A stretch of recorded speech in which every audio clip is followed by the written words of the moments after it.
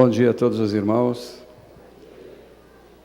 A música estava tão gostosa que eu acho que tinha que continuar mais um pouco. Eu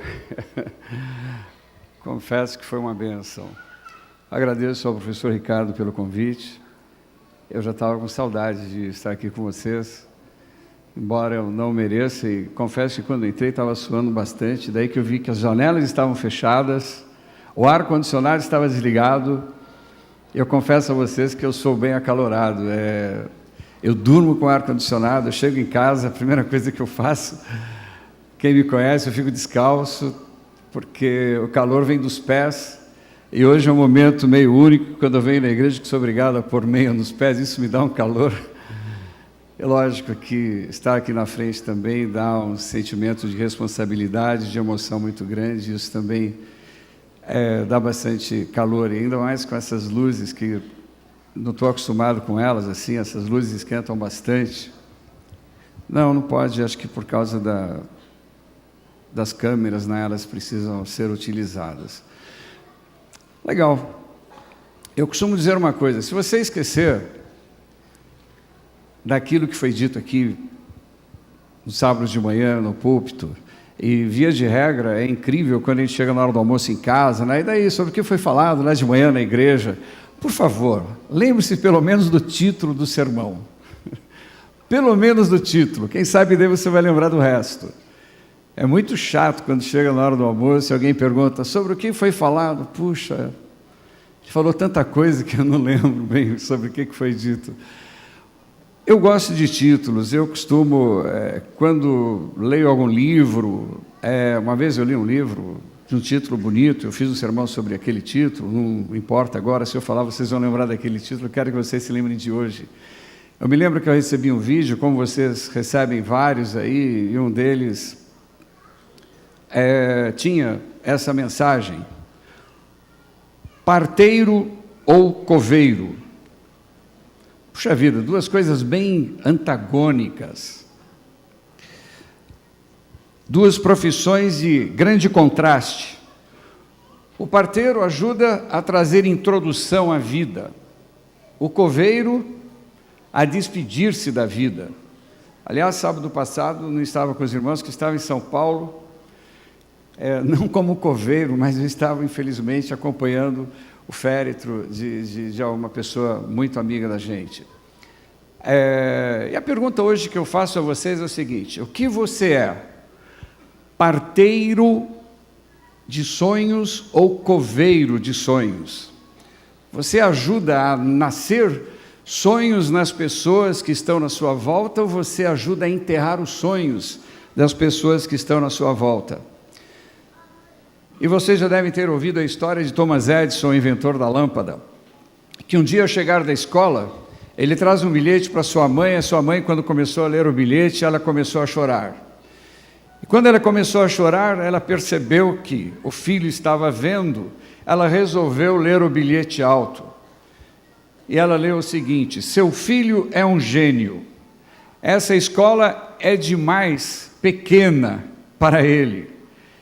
Nós não temos professores à altura para treiná-lo, então, por favor, eduque o seu filho na sua casa e não mande mais ele para essa escola. Poxa vida, muitos anos se passaram, a mãe de Thomas Edison faleceu, e é dito que ele resolveu um dia fazer uma limpeza nas gavetas, lá do quarto da sua mãe. E lá no fundo da gaveta, ele acaba descobrindo aquele bilhete já amarelado pelo tempo que ele tinha trazido da escola para sua mãe. E a nostalgia bateu no seu coração, ele pega aquele bilhete e vai ler o seguinte: seu filho é confuso e tem problemas mentais, não o traga mais a esta escola. Segundo a história, diz que Thomas Edison, naquele momento, ele chorou muito, agora já maduro, né?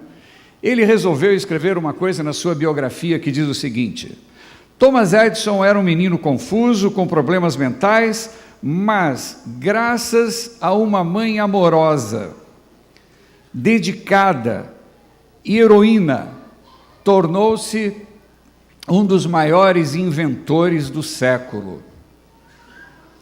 Quais são os seus sonhos? Aliás, qual foi a última vez que você sonhou um sonho que valesse a pena? Com quem você compartilha esses sonhos? E os amigos com quem você compartilha, ou as pessoas com quem você compartilha, mesmo dentro da sua família, essas pessoas são parteiras ou são coveiras dos seus sonhos? Se prefere outra expressão, você compartilha seus projetos com pessoas otimistas ou com pessoas pessimistas? O livro de São Marcos, no capítulo 2, o Evangelho de Marcos, no capítulo 2, tem uma história muito interessante. Capítulo 2, dos versos 1 a 12, nós vemos a história de 4 paralíticos que levaram, 4 homens que levaram um paralítico para Jesus. A história diz que Jesus estava ali em Cafarnaum, naquela cidade, dentro de uma casa. A casa estava cheia de pessoas, casa completamente lotada. E de repente, aquele homem que era paralítico, ele estava desejoso de se aproximar de Jesus, mas não tinha como. Ele tinha um sonho, que era ser curado por Jesus. E ele encontrou 4 amigos parteiros, 4 amigos que confiaram no seu desejo, no seu sonho. Obrigado.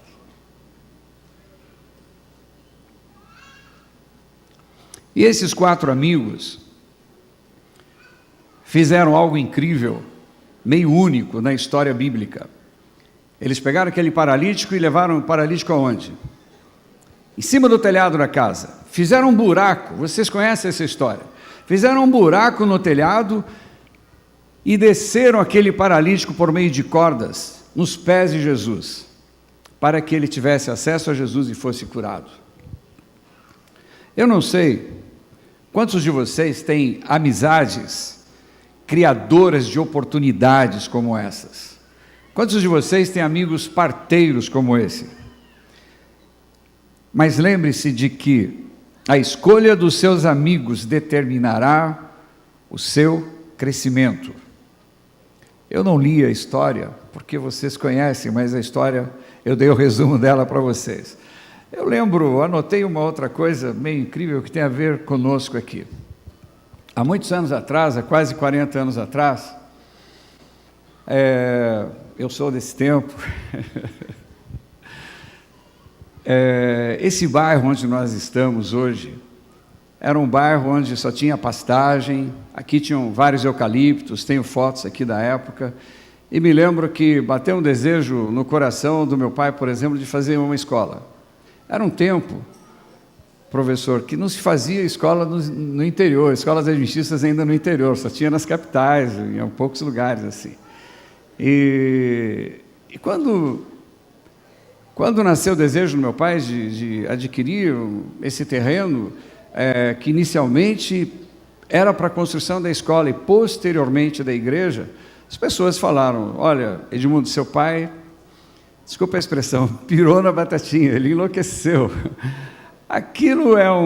Isso aqui era uma rua de terra, não tinha povoado, não tinha construção, era fim de linha. Para os irmãos terem uma ideia, a água não chegava aqui, a água de rua não chegava. Entendeu? Não tinha essa caixa d'água ainda aqui do Panorama, que hoje tem e tal. Era um lugar incrivelmente ermo. Então falaram: olha, desculpa, mas é bom internar seu pai, porque será impossível que uma escola adventista prospere num lugar desses. Professor Ricardo, quantos alunos temos na escola hoje? 900 alunos na escola hoje. Posteriormente, foi construída a igreja. Essa igreja, para os irmãos terem uma ideia, iniciou com a unidade da escola sabatina, que meu pai tinha, lá na igreja da Pompílio. E a unidade tinha cerca de 20 pessoas. Dessas 20 pessoas, eu não sei quem eu consigo ver hoje aqui, talvez Leonilda, a Ana Malaquias, eu não sei quem eu consigo, mas nós temos aí uma meia dúzia de pessoas aqui. Imagine uma igreja desse tamanho com 20 pessoas. E hoje vocês veem o tamanho que ela é, vocês sabem que essa igreja é uma igreja mãe de tantas outras igrejas que surgiram posteriormente e tem sido uma igreja para tantas pessoas. A despeito de amigos coveiros, um sonho foi realizado.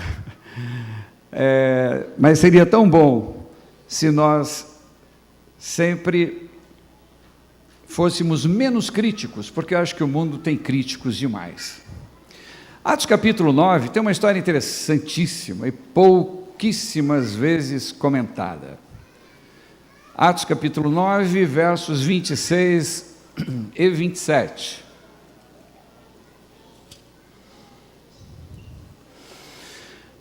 Tendo chegado a Jerusalém, procurou juntar-se com os discípulos. Todos, porém, o temiam, não acreditando que ele fosse discípulo. Está falando de quem aqui? De Paulo. Mas o verso 27, mas Barnabé, tomando-o consigo, levou-o aos apóstolos e contou-lhes como ele vira o Senhor no caminho e que esse lhe falara, e como em Damasco pregara ousadamente em nome de Jesus. Pois bem, história de Paulo e Barnabé. Barnabé parece que foi o único que deu um voto de confiança a Paulo, enquanto os demais discípulos estavam como? Receosos, por razões óbvias. Paulo tinha sido um grande perseguidor da igreja e perseguia os cristãos, matava os cristãos. Mas de repente surge um amigo parteiro, um amigo conciliador, um amigo que lhe deu voto de confiança, e esse amigo foi quem? Barnabé. As pessoas que conversam conosco, as pessoas que conversam com você, devem ser encorajadas, motivadas. Nós devemos ajudar as pessoas a crescerem. Por isso, seja um motivador, seja um incentivador, estimule as pessoas. Eu não sei quem, a partir de você, tem se tornado melhor ou maior, porque você ajudou essa pessoa a acreditar num sonho. Lembre-se, muitos poderão se tornar grandes a partir de você e a partir de mim. E aí, o que você prefere ser? Freitas, coveiro ou parteiro? Olha, o amigo, vou ser mais incisivo, o amigo coveiro é aquele que enterra os nossos sonhos. Ele nunca concorda com as nossas ideias, com os nossos objetivos. Ele sempre diz, isso não vai dar certo. Olha, a última pessoa que eu vi fazer isso, professor Ricardo, acabou na miséria. Cuidado. Os amigos coveiros são mais ou menos assim. Ele não incentiva você tampouco a ir aos cultos. Você já é uma alma perdida. Você já não tem mais conserto. O que adianta? Ele parece que não gosta nem de nos ver felizes. Por isso ele acaba enterrando os nossos sonhos. Amigo como esse, coveiro, é bom se afastar dele. Busque amigo parteiro. Fuja do coveiro. Êxodo capítulo 4, verso 2. Êxodo 4, verso 2.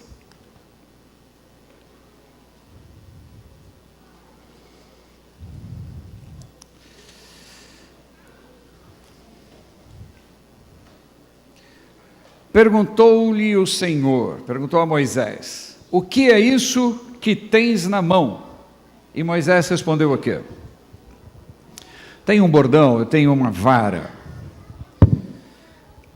Era um dia normal na vida de Moisés. Ele estava fazendo o quê? Apacentando ovelhas. Mas num dia normal, Deus, que adora surpresas, fez uma surpresa para Moisés. Sabe por quê? Por uma razão muito simples. Deus queria renascer o sonho que Moisés tinha e que Moisés havia sepultado. Moisés tinha um sonho de libertar o povo da escravidão do Egito. Mas durante esses 40 anos que ele estava apacentando agora as ovelhas no deserto, ele havia como que se apagado aquele sonho do seu coração.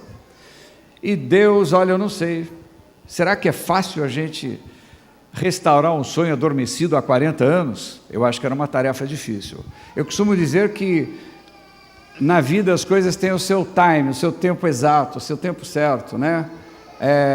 Espere convidar ou propor casamento para a pessoa que você ama 40 anos depois para ver se vai dar certo. Vai ser um pouco difícil. Há casos que até acontece, que eu conheço que deram certo.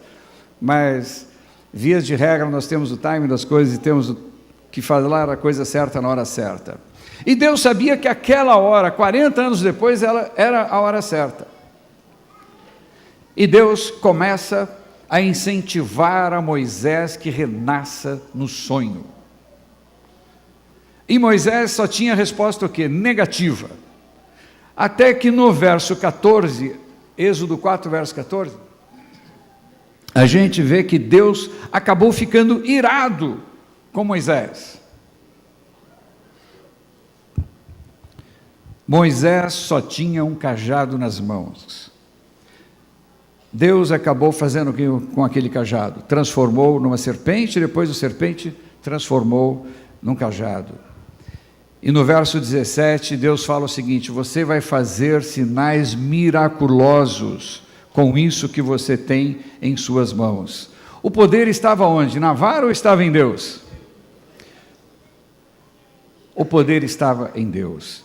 Eu não sei o que você tem na sua mão hoje. Via de regra, o que normalmente nós temos nas mãos, pelo menos é um celular. Pela média, parece que cada brasileiro tem mais que um celular até, pela média. O que nós não podemos fazer com isto nas mãos? Nós podemos repassar, como repasso para centenas de amigos diariamente, o vídeo do pastor Ivan Saraiva, e tantas outras coisas boas que acontecem. Nós temos instrumentos maravilhosos para pregar a mensagem do Evangelho. O que nós temos nas nossas mãos e como nós temos utilizado o que temos em mãos. Se nós pegarmos o que temos em mãos, nas nossas mãos, e colocarmos nas mãos de Deus, nós faremos coisas grandiosas. Uma simples vara, ela pode abrir o que? O mar, ela pode dividir a história, ela pode inspirar sonhos de liberdade, assim como fez com Moisés e o povo de Israel. Próxima história, 1 Samuel 17. Temos uma história que todos conhecemos e as crianças adoram. 1 Samuel capítulo 17.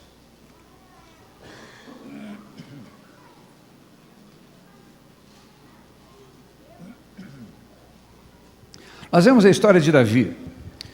Davi, quando foi levar comida para os seus irmãos que estavam arregimentados nas fileiras do rei Saul, do exército do rei Saul, ele viu aquele gigante blasfemando contra o povo de Deus, contra Deus, e qual é a pergunta que ele faz? 17, verso 26. Falou Davi aos homens que estavam consigo, dizendo: que farão aquele homem que ferir a este filisteu e tirar a afronta sobre Israel? Quem é, pois, esse incircunciso filisteu para afrontar os exércitos do Deus vivo? Quando ele faz essa pergunta, quem é esse incircunciso que está afrontando os exércitos do Deus vivo? No verso 28, a gente vê Eliabe, ouvindo Eliabe, seu irmão mais velho, que Davi estava conversando com aqueles homens. O que aconteceu com Eliabe? Acendeu-se-lhe a ira contra Davi. Veja o primeiro coveiro, o próprio irmão. O próprio irmão começa a jogar um balde de água fria para Davi. Davi ficou irado pela indignação de Davi. É engraçado, ninguém estava indignado com a afronta de Golias para com Deus e para os exércitos do povo de Deus. E quando Davi fica indignado, o seu irmão Eliabe acaba ficando irado contra Davi. No verso 30, outros guardas também ficaram irados com Davi. Nós vemos outros guardas do exército de Israel como coveiros também. E por fim, no verso 33, Saul disse a Davi o quê? Contra o filisteu não poderás pelejar, porque você ainda é muito moço, você é muito jovem. Davi só encontrou coveiro na sua frente, seu irmão, os guardas e agora o próprio rei.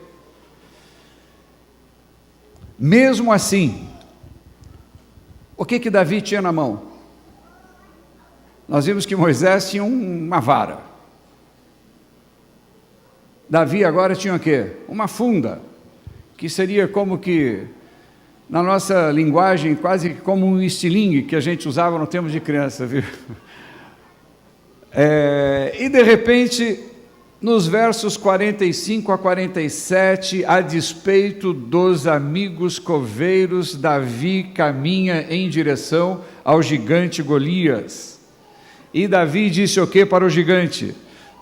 Nos versos 45 a 47, tu vens contra mim com espada, com lança, com escudo, eu porém vou contra ti, de que forma? Em nome do Senhor dos exércitos de Israel, a quem tens afrontado. E no verso 47 a grande motivação dele, porque saberá toda esta multidão que é o Senhor que salva. O Senhor é quem salva. Essa grande motivação de Davi de lutar contra aquele gigante. Parteiro ou coveiro? Você viu que pode ser gente da família, pode ser o rei, pode ser o governador, o prefeito, sei lá, o presidente da república. Tantas vezes, quando ele devia te incentivar, acaba te... Eu falo isso para vocês, vou te contar para vocês uma historinha rápida. Estou num projeto há 7 anos, projeto de tecnologia. Há 7 anos atrás, tínhamos um pequeno protótipo, pequenininho. E eu fui falar com o ministro de Minas e Energia, em Brasília. Fui com uma pasta, me achando, falei, uau, vou mostrar isso aqui, ele vai me esticar um tapete vermelho, que vai ser a coisa mais linda do mundo. Meus irmãos, quando meu sócio e eu saímos de lá, o que nós ouvimos dentro daquele ministério foi o seguinte: o mundo não está preparado para isto. Então, para a segurança de vocês, mudem esse conceito, inventem outra coisa, para a segurança de vocês e da família de vocês. E mais ou menos o seguinte: não me apareçam mais por aqui.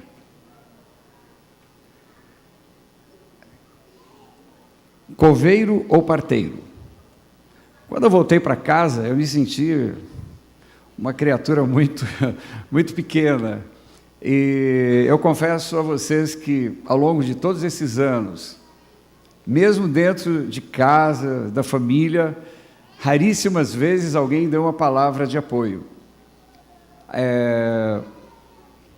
Vocês querem saber se deu certo? No próximo sermão eu conto para vocês. 7 anos depois, a gente teve que mudar muito do conceito daquele equipamento, começou a funcionar finalmente, agora a gente espera começar contatos, espero que Deus abra as portas para que as coisas aconteçam, mas 7 anos aonde tantas vezes pessoas próximas, minha esposa não está aqui, ela não gosta que eu fale sobre ela, mas ela, quando eu fiz o negócio, ela falou assim: como é fácil tirar dinheiro de você? Você vai entrar numa furada dessa, num negócio assim. Então, mesmo as pessoas mais queridas, que nós mais amamos, entendeu? Nós acabamos não tendo muito suporte. Mas, no final, eu conto uma frase diferente para vocês que valerá a pena. Qual dessas pessoas, coveiro ou parteiro, você e eu temos sido com mais frequência? Será que nós temos ajudado no nascimento de projetos? Nós temos ajudado as pessoas que estão à nossa volta, que têm as suas ideias brilhantes, os seus sonhos, os seus objetivos? Nós temos ajudado essas pessoas a fazer acontecer ou a enterrar os seus sonhos? Isso em relação aos nossos filhos. em relação ao nosso cônjuge, aos nossos amigos, que tipo de contribuição nós temos dado a eles. E lembre-se, quando uma pessoa compartilha um sonho com você, no seu íntimo, o mínimo que ela espera, além de um abraço gostoso que vocês deram aqui, que isso sempre faz bem, ela espera um incentivo, uma palavra de contribuição, e não aquela coisa de reprovação, de falar, você pirou de vez, tem que ser internado. Pois bem, que não sejamos pessimistas, mas que sejamos otimistas, que sejamos parteiros e não coveiros de sonhos. Efésios capítulo 3, verso 20, passagem maravilhosa do apóstolo São Paulo. Efésios capítulo 3, verso 20.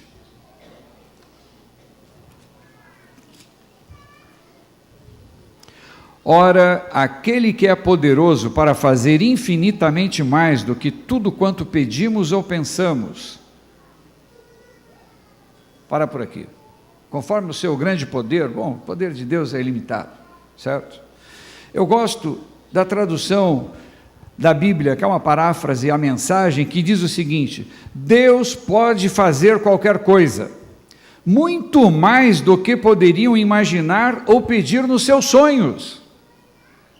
Lembre-se disso, Deus pode fazer muito mais do que você possa imaginar ou pedir nos seus sonhos. O sonho que Deus tem para você e para mim é muito maior do que você e eu podemos imaginar. Na verdade, Deus não só pode fazer coisas inimagináveis, mas Ele quer fazer essas coisas por nós, em nossas vidas. E muitas pessoas se contentam em manter um voo baixo, um horizonte estreito, um mundo apertado. Na verdade, eu coloquei assim, não fiquem ofendidos que eu vou falar. Muitos de nós se limitam a ser Jacareí, já que eu sou daqui eu posso falar, ou Guararema, ou Santa Branca, quando na verdade poderiam ser São Paulo, Nova York. Nada contra essas pequenas e adoráveis cidades, mas tudo contra mentalidades pequenas. É isto que eu quero dizer. Aliás, para vocês terem uma ideia, Nova York, que foi fundada em 1624 pelos holandeses, no início ela tinha 6 ou 7 ruas. De repente, os seus fundadores fizeram lá um plano diretor da cidade e previram o seguinte: depois do progresso futurista da cidade, eles programaram a 19ª rua, que um dia poderia acontecer, com o nome de Boundary Street, ou seja, a Rua da Fronteira. Seria a Rua da Fronteira da cidade, seria a 19ª rua. Por isso, quando vocês forem por lá, eu gosto disso, as ruas têm o nome de números, Quinta Avenida, muito famosa, assim por diante. Então, os fundadores achavam que no máximo um dia podia ter 19 ruas. Só Manhattan, que é a ilha Manhattan mais famosa, não Nova York toda, sabe quantas ruas tem? Mais de 700 ruas hoje. Mais de 700 ruas. Ou seja, até aqueles que planejaram Nova York pensaram pequeno. Percebe? Qual o tamanho do seu sonho? Gostaria de fazer menção ao que Ellen White fala sobre em Mente, Caráter, Personalidade, volume 1, página 105. Mais elevado do que o sumo pensamento humano pode atingir é o ideal de Deus para com os seus filhos. O ideal de Deus para nós é muito acima do que você possa imaginar. Então, não pense pequeno, pense grande. Eu já falei para vocês aqui um dia, meu pai, quando um dia pensou em fazer uma igreja desse tamanho, num lugar ermo, retirado, no fim de tudo, do lugar nenhum, rua de terra, não tinha ninguém, e falaram, por que uma igreja tão grande? Ele respondeu, porque meu Deus é grande. Pense grande, porque seu Deus é grande, e Ele vai te dar poder ilimitado para fazer grandes coisas. Agora, não se esqueça de quando fizer essas grandes coisas, não ser egoísta e pensar somente em si. Pense no seu próximo. Não seja egoísta no seu sonho. Ellen White ainda continua dizendo o seguinte: queridos jovens, o texto é lindo. Qual é o alvo e o propósito da sua vida? Vocês têm a ambição de se educarem para poder ter nome e posição no mundo? Vocês têm pensamentos que não ousam exprimir de poder um dia alcançar as alturas da grandeza intelectual, de poder se assentar em conselhos deliberativos e legislativos, cooperando na elaboração de leis para a nação? Nada há de errado nessas aspirações. E concluindo, cada um de vocês pode estabelecer um alvo, e não se contentem com realizações mesquinhas. Repito, não se contentem com realizações mesquinhas. Aspirem à altura e não poupem esforços para alcançá-la. Fundamentos da Educação Cristã, página 82. Seja você jovem, experiente ou não, como nós, sonhe alto. Crie uma visão grande no seu horizonte e busque amigos parteiros, aliados ao poder do alto, para que o sucesso venha na sua vida.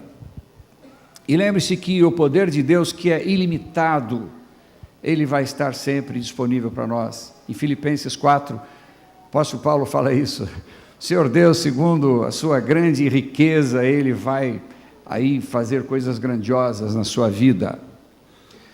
E a última história que eu tenho para falar para vocês está em Números 14.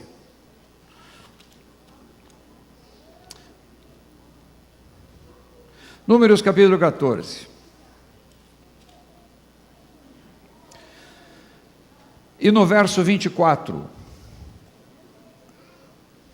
Porém o meu servo Calebe, visto que nele houve outro espírito, e perseverou em seguir-me, eu o farei entrar à terra que espiou, e a sua descendência a possuirá.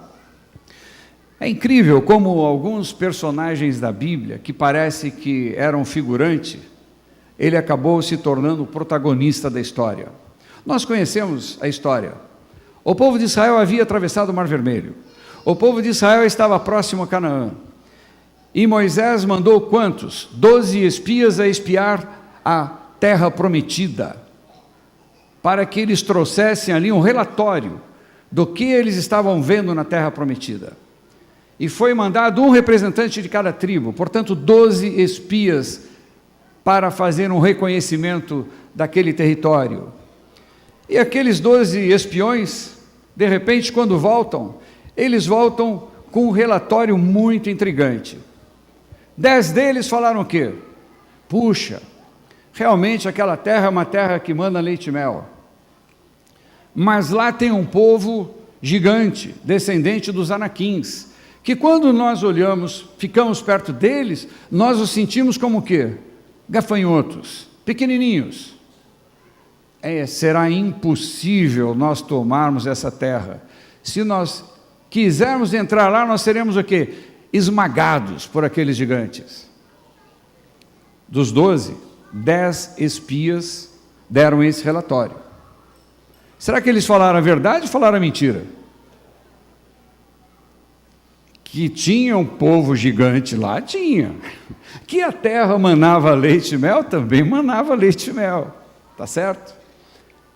Mas qual é mesmo o nome desses 10 espias? Alguém lembra o nome de um desses? É engraçado, como ninguém lembra de coisa ruim, não é verdade? Mas como apenas 10 pessoas influenciaram, não sei se 2,5 milhões de pessoas, quem sabe fosse esse o número do povo de Israel, não tenho bem noção. 10 pessoas contaminaram o sonho daquele povo. 10 coveiros contaminaram o sonho de um povo que estava há mais de 400 anos escravizado. Mas, de repente, lá vem 2 espias que foram no mesmo lugar e que trouxeram uma outra colocação. Qual foi a conotação deles? Qual foi? Acho que nós temos que ler. Verso 30, Números 13, verso 30 agora. 13, verso 30. Então Calebe fez calar o povo perante Moisés e disse: Eia, subamos e possuamos a terra, porque certamente prevaleceremos contra ela. Meus queridos, eles tinham trazido de lá demonstrações do que tinha naquele lugar. Cachos de uvas de 6 quilos, muito maiores do que aquelas uvas passas minguadas que tinham lá no Egito. Tinham trazido evidências espetaculares daquele local. E enquanto os demais falavam que seria impossível eles conquistarem, Josué e Calebe deram este relatório: Eia, subamos, possuamos a terra, porque certamente prevaleceremos contra ela. Meus queridos, quem estava certo no relatório? Os 10 espias ou os 2 espias?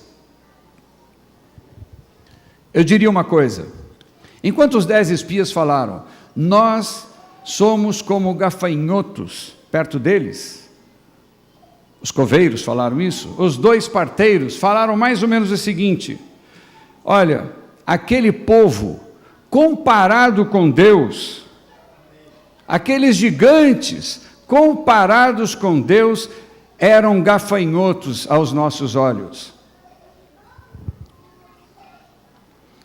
A diferença, portanto, estava no olhar, como cada um olhou o tamanho do problema, ou a possibilidade da conquista. Calebe não era cego, ele viu gigantes, mas ele também viu uma solução muito maior do que aqueles gigantes, porque ele era um homem de fé. Como nós lemos ali, ele era um homem de outro espírito, que nós limos em em Números 14, 24.